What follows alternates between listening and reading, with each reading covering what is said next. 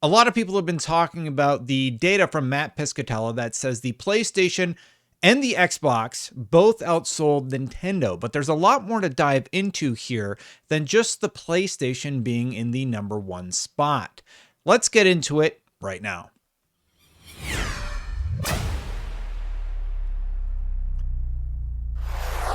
Thank you so much for watching, everybody. Before I get into it, please consider hitting that subscribe button, hitting that bell to know when my videos go live, going for 100,000 subs this year. So you might remember back in July of last year, we talked about the June numbers for Xbox, and Xbox had outsold both consoles. In hindsight, something much more troublesome is really going on here. All console manufacturers are manufacturing and selling as much as they possibly can, as I alluded to in that video. And here's what's going on. So Matt Piscatella released his sales figures. And here's basically what he said. Despite hardware sales gains in January, supply constraints continue to impact video game hardware across all current generation platforms. Total market spending has now shown year-on-year declines for 3 consecutive months. So that means 3 months in a row, we've actually seen declines in software sales and hardware sales. Now, I'm going to talk about that in just a little bit, but that should be a little bit concerning. Now, people are buying all the hardware that they possibly can, right? So the winner every month is going to keep moving because there is the semiconductor shortage, which means whoever is able to manufacture the most is going to sell the most. So that's why PlayStation and Xbox have beaten Nintendo, for example. I have to imagine if there were no supply constraints, Nintendo would still be on top. So this is sort of even the July victory for Xbox that I thought was a little bit more exciting than I realized was sort of hollow, because what actually happened is all manufacturers are supply constrained. So Xbox managed to come out on top simply due to a semiconductor shortage, and that has continued through to this year. So Matt sort of talked about this a little bit, and he said, video game hardware dollar sales increased 22% when compared to January 2021. So that's from January last year to January this year. So it's impressive that it reached 390 million. This is the highest total for a January month since the 447 million total reached in January 2009. However, a double-digit percentage gain in hardware spending could not offset declines in content, meaning video game purchases and accessory spending. So overall, the video game industry as a whole ended up with a negative 4% sales because people aren't buying hardware. There's not really any hardware to buy, and there was limited software to purchase in January. What else do I have here? A lot of people want me to praise Sony for selling the most, but we actually don't know how much more Sony sold. It was impressive that anybody was able to outsell Nintendo, but like I said, and like I pointed out, I get criticized a lot for my video back in July of 2021. Yes, a video that is almost a year old, for being excited about Xbox outselling the competition. In hindsight, that was somewhat foolish, because what I realize now is something much more dire is happening. There is a massive semiconductor shortage, and the reason Xbox was able to outsell anybody was because they happen to be the company that was able to manufacture the most that month. For me, it was incredibly interesting because you're looking at a company who for 7 years was on bottom, and somehow they had managed to outsell Nintendo. Well, no, they didn't outsell Nintendo. They managed to outsell PlayStation, which, I mean, colloquially, we all believe to be the favorite, right? So 7 years of turmoil finally comes to fruition, and Xbox outsells it. I thought it was notable. Now, we're here in January, and we're realizing that Xbox and PlayStation are actually outselling the Nintendo Switch, and it's actually interesting, but I'm a little bit more concerned about what is actually happening here. And I sort of alluded to it in that video where I talked about Xbox. I'm like, this is largely because of supply constraints of semiconductors. Like, that's why this is happening. So now I'm wondering, how bad are things? Nintendo has cut their forecast for console sales, right? I'm glad that everybody's able to sell as much as they possibly can, but it is a little worrisome to see this basically even race, and whoever is able to build the most is going to come out on top. And right now that is PlayStation. I'm going to be very curious to see if that continues into the future months. What else did he talk about though? So PlayStation took the top spot, followed by Xbox. But here's what Matt said about that report. He basically said, we've got a ways to go before anyone should expect to walk into a store and pick up a console of their choice off the shelf. For this reason, Piscatella said not to read too much into the fact that the Switch did not sell as many units as the PlayStation 5 or Xbox Series X and S. Simply put, PS5 outsold the others because it had the most product available in the market. If the Xbox Series or Switch had more units available, then either one would have taken the top spot in January. For now, the rankings are more of a reflection of supply rather than overall demand. So for me, seeing that people are saying like PlayStation is the favorite console, I feel like you're not actually, this is a little scary to me. Not because PlayStation sold the most units, but because there is such a semiconductor shortage that all three of the major companies are only able to build a finite amount of consoles. Imagine what would happen if there was no constraint. Would we still be seeing this sort of demand for the consoles as everybody would see? We don't actually know. We see people reporting that the favorite one, but knowing now that all the data is skewed, and even reflecting back to the July video where, whoa, Xbox outsold everybody, none of it matters. None of it matters for like the last year, actually. And none of it's going to matter until like, 2023, when there are no more supply constraints on these semiconductors. So in reality, nobody should be selling, not Nintendo, not PlayStation, or not Xbox, because it's actually a little bit scary. It means fewer people are going to be able to get PlayStations, fewer people are going to be able to get Xboxes, and fewer people are going to be able to get Nintendos. Hopefully, this clears up and everybody's able to get as much as they want. And then if PlayStation is on top, good for them, like hell yeah. But yeah, wow. So even with the 22% increase in hardware, content and accessories took such a hit that there's an overall decrease in the gaming market. We saw a negative 4% for market spending overall, meaning that the whole industry is a little bit troubled. And for me, that's a little bit worrisome. I'm like, okay, so nobody's buying games.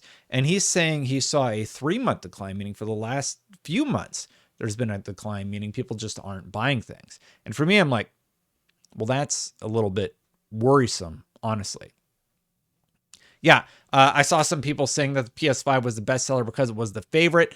But according to Matt, there's actually no data to back up that it is a favorite, because we assume, right? But nobody actually knows if it's a favorite, because we can't actually have that data because there's just a limited amount of semiconductors. So nobody's really winning anything. Everybody's kind of losing out on sales at the end of the day. The final quote I had is, what do we got? Oh, sorry. That's coming up a little bit later. I jumped the gun on the port there.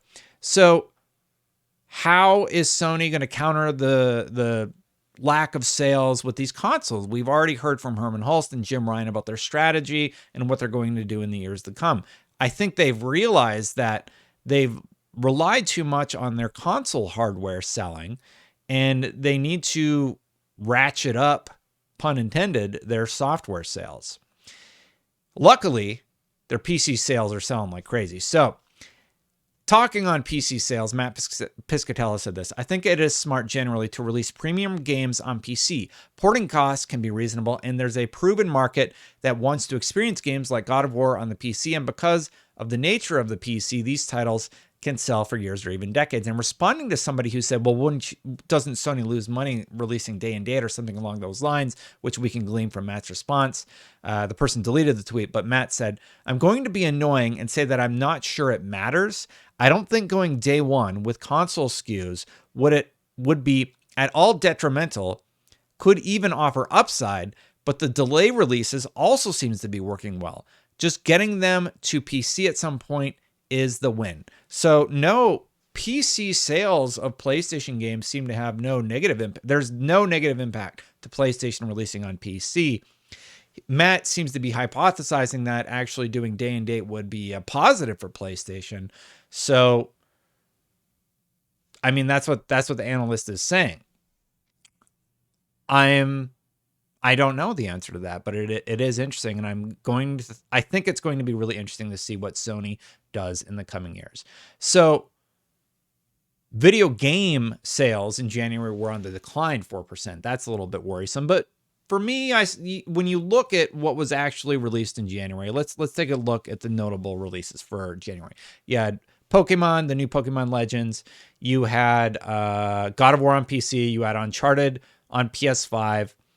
And that's it. Some cross-platform stuff. Call of Duty, still number 2.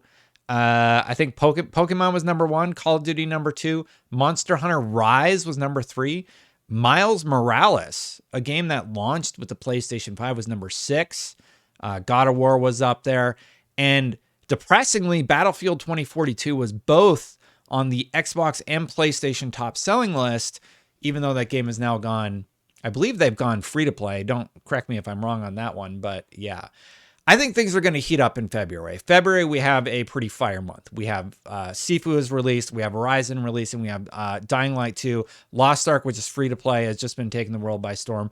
We have Destiny 2 Witch Queen, and we have Elden Ring all in February. Elden Ring falls to the later end of the month. But yeah. On the overall 4% decrease, I think that's because nothing came out really, but also he noted mobile spending is down 6.8%. Accessory-wise, saw a massive decrease of like 15%. Why? Because nobody's releasing hardware, right? There's just not a lot of hardware things. There's no new VR helmet to get. The VR helmets that are out there, there hasn't been a refresher, at least in a while. So people just aren't buying hardware things. The number one selling piece of hardware was the Xbox Elite 2 controller. So people like Xbox controllers still, but I actually think that was put on sale or something. So that probably boosted the sales. The double-digit increase in hardware spending did not offset the decline in content and accessory spending. So people aren't buying games, or they're buying games less frequently than they would be any other time of the year. Hopefully February turns things around. So that's a little bit of insight as to why people were like, Destin, why don't you talk about this story? If you go to Google Trends, nobody's looking for PlayStation 5 sold the most. So that was part of it. I mean, I'll show you. Google Trends. All right. So let me just bring it up here. PS5. Let's see what's going on. Past 7 days. People want to know about how to watch the Super Bowl. What does single-use restriction? I don't know what that's about. It's something about sharing PlayStation 5s. PS5 beta. Lost Ark on the PlayStation 5. And the Martha is Dead story I did a few days ago. What about PlayStation? For the last week, because this report came out on the 12th. It's 2 days after Matt's report came out. Single use, PlayStation 4, Martha's Dead, an 800% increase, Lost Ark, showing you a little bit of how I make my decisions on stories. Xbox, what's going on for Xbox, right?